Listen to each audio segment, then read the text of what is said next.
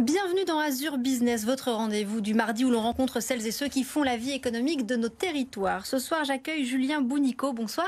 Bonsoir. Vous êtes co-dirigeant de la Maison de la Mousse. On va en parler dans un tout petit instant de votre activité sur Nice. Et puis, comme chaque semaine, pour m'accompagner, Laurence Bottero. Bonsoir Laurence. Bonsoir Céline. Rédactrice en chef de la Tribune dans la région Sud. Découvrons ensemble un chiffre. Le chiffre du jour, c'est 40. Ça correspond au nombre de projets menés par la Maison de la Mousse à destination des professionnels pour l'année 2021. Alors, est-ce que c'est peu, c'est un bon chiffre? Comment se porte la Maison de la Mousse? La Maison de la Mousse se porte plutôt pas mal, toujours en fort développement. Ça fait 3 ans qu'on a racheté avec Juliane Coste, ma femme. Et chaque année, on a plutôt un bel objectif qui est atteint, voire dépassé jusqu'à maintenant. Donc 40 projets professionnels pour cette année. C'était plutôt quelque chose de pas mal pour nous. C'est de l'hôtel, du restaurant, du commerce, de l'ERP, de la belle villa. Donc voilà, pas mal de beaux projets. La Maison de la Mousse, c'est plusieurs marques. Il y a la Maison du Bois. C'est ça. Il y a aussi le matelas niçois. Oui, aussi. Ouais, en fait, la Maison de la Mousse, initialement, c'était que la Maison de la Mousse quand on l'a rachetée, donc en février 2019. Et aujourd'hui, la Maison de la Mousse, ça s'articule autour de 3 métiers. Donc la Maison de la Mousse avec la tapisserie et la sellerie, qui est le métier historique qu'on a racheté avec la découpe de mousse.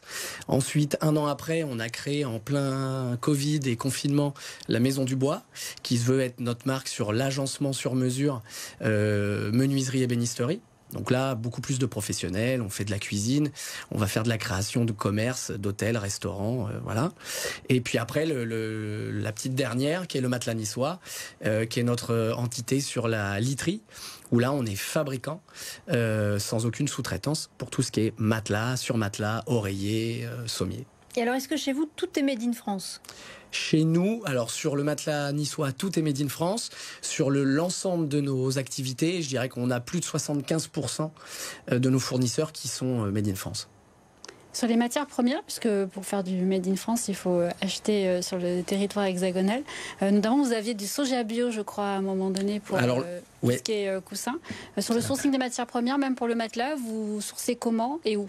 Alors, pour le matelas niçois, essentiellement, du coup, en France, on travaille, je peux le dire, on travaille avec ICOA, qui est le leader en France de fabrication de mousse, avec qui on travaille pour développer des mousses pour nous. Donc là-dessus, on est très content. Et c'est là-dessus qu'on peut retrouver du soja dans nos matelas, à hauteur de 27%. Et après, pour le reste, un gros travail au quotidien avec Juliane pour trouver des faiseurs de tissus, d'autres créateurs de mousses pour des mousses plus techniques. C'est pas si facile finalement de faire du made in France? Non, c'est pas si facile. On a toujours que le prix en tête. Les gens se disent que pour faire du made in France, ça coûte cher, mais c'est pas le plus compliqué en fait. Ça, on peut y trouver des choses pour venir le contrer.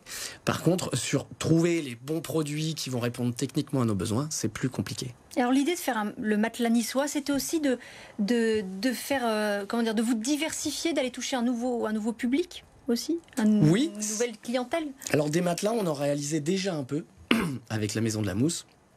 L'idée de la création du matelas niçois, déjà, c'est d'avoir une marque forte en literie avec laquelle on pouvait s'amuser un peu plus en termes de marketing. Parce que voilà, la Maison de la Mousse, on fait beaucoup de choses. Le matelas niçois, déjà, c'est un peu plus percutant. Et après, oui, c'était de faire voir que sur la Côte d'Azur et en France, on pouvait faire autre chose que de l'hôtellerie et du tourisme. Ça a été lancé quand, le matelas niçois? Il y a 1 an tout juste. Ça marche? On est plutôt content. On n'atteint pas encore nos objectifs finaux, mais c'est en bonne voie. Votre cœur de métier, finalement, c'est l'artisanat. Oui. Est-ce que c'est facile de recruter? Et j'imagine que ça ne l'est pas davantage que dans d'autres secteurs. Et comment vous répondez à vos besoins? Alors ça, il faut se rendre attractif. C'est ce qu'on essaie de faire et pour l'instant ça a l'air de payer un peu, mais c'est très compliqué, surtout sur les postes de menuisier et les postes de sellier. Une nouvelle fois, des postes de qualité. Il y a des jeunes un peu qui sortent de formation, mais on peut en avoir un par métier, mais on n'est pas non plus une structure qui peut en avoir 3, 4, 5. Il nous faut des gens d'expérience et ça c'est très dur à trouver en France et encore plus sur la Côte d'Azur où ça coûte cher de se loger. Et du coup, donc d'attirer des talents. Donc pour ça, il faut essayer de rendre sa société la plus attractive possible. Vous dire qu'il faut proposer des salaires à la hauteur. Des salaires, mais pas que, parce qu'aujourd'hui c'est assez simple, non, mais pas mal de sociétés peuvent proposer des salaires à la hauteur. Maintenant, ce qu'il faut aussi proposer, c'est une direction un peu innovante, c'est du projet toujours, c'est d'attirer les gens avec nous, de les faire grandir, de bien s'entourer et de leur inculquer la vision qu'on a de notre boîte et de les amener avec nous et de grandir tous ensemble. C'est ce qu'on essaye de faire. Alors, est-ce que pour être attractif, utiliser les réseaux sociaux, ça fait partie de la stratégie? Vous l'avez fait pour le matelas niçois, alors beaucoup plus pour faire du buzz, avec des sportifs de haut niveau notamment, sur le matelas de très grande taille. C'est ça, mais sur mesure. Est-ce que les réseaux sociaux, c'est aussi une façon d'embaucher, de recruter, de faire venir chez soi? Je pense que ça nous a aidés. Alors, je dirais que sur des métiers plus anciens, c'est pas toujours le plus évident, mais je pense que ça aide à donner une image positive de notre entreprise. L'image positive du territoire, on est tous bien placés pour savoir que notre territoire est super attractif, on est plutôt content de vivre ici. Maintenant, il faut le faire savoir et il faut faire voir que nos boîtes vivent bien et qu'au sein de nos sociétés, il y a quelque chose qui respire de plutôt positif et c'est ce qu'on essaye de faire avec les réseaux sociaux. Ouais, et c'est aussi une façon de rajeunir, là encore, la cible. Exactement, de rajeunir aussi l'image de l'entreprise. Nous, on avait vraiment racheté un vieux commerce de quartier qui datait de 79, rue Barla. Il y a pas mal de Niçois qui le connaissent et qui rentrent des fois en disant « Mais vous avez changé tout, les enseignes et tout ». Il fallait, ça datait, c'était super bien, hein, mais ça datait d'un autre monde. Et c'est vrai qu'aujourd'hui, voilà, on a insufflé quelque chose de nouveau et on a une bonne vision avec Juliane et je pense qu'on est là pour de longues années. Et ouais, on est heureux. Au quotidien, on est heureux de faire ça. Juste peut-être un point aussi, c'est que vous produisez sur commande en fait. Exactement. L'idée n'est pas d'avoir du stock. Non. Tout ça pour deux choses. Le cercle un peu plus vertueux qui évite d'avoir des gros locaux qu'on chauffe et qu'on ventile et qu'on éclaire pour rien. Aujourd'hui, on essaye un peu d'aller chercher des économies.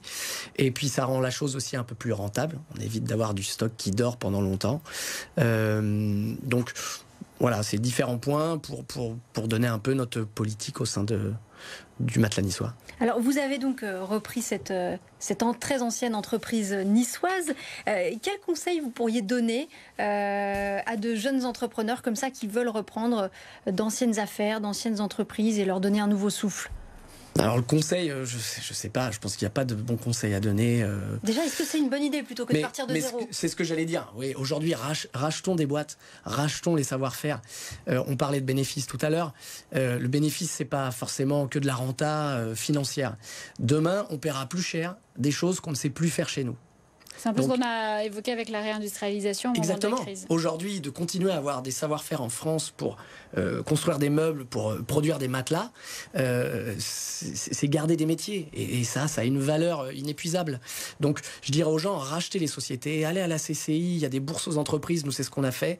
Il y a plein de boîtes qui veulent se vendre, négocier.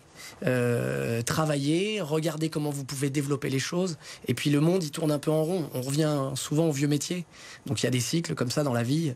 Qui nous aurait dit qu'on aurait eu la Maison de la Mousse en 2022? En tout cas, il y a assez d'aides justement pour accompagner des jeunes entrepreneurs et entrepreneuses dans la reprise d'entreprise comme ça, assez de conseils, assez d'aides? Moi, je trouve que oui, on est vraiment un territoire assez fort là-dessus.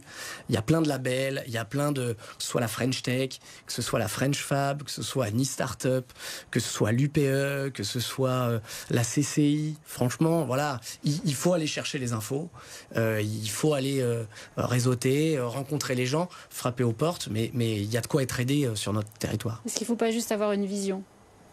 C'est la base. De toute façon, si vous n'avez pas de vision, vous n'allez pas être entrepreneur. Donc, il en faut une. Et puis après, il faut du courage, il faut de la ténacité. Il faut tenir bon. On va échouer. J'ai échoué. Ça m'est arrivé et ça arrivera à tout le monde. Et puis, en échouant, on apprend. Et puis, on apprend de ses erreurs. Et puis, après, on est meilleur. Merci en tout cas d'être venu nous exposer votre vision pour la Maison de la Mousse. Merci Julien Bonico d'avoir été l'invité d'Azur Business. Laurence, on va passer à présent à l'entreprise de la semaine. Alors c'est un peu moins artisanal, hein. On est sur de l'investissement. C'est Unfair qui est basé à Paris et à Cannes. C'est une start-up qui a travaillé pendant 5 ans sur les neurosciences pour faire le lien entre le cerveau et la façon d'investir dans les start-up. Donc ils ont défini 4 archétypes d'investisseurs. Et ce que proposent ces start-up, en fait, c'est d'aider les investisseurs à passer outre leurs biais pour être encore plus gagnants finalement dans leurs investissements et peut-être investir pas que dans des start-up mais dans des PME qui se développent. Merci Laurence et à la semaine prochaine. Et quant à moi, demain, je vous donne rendez-vous pour C'est votre emploi. On va parler d'une entreprise qui recrute. Je veux parler de la Mutualité française.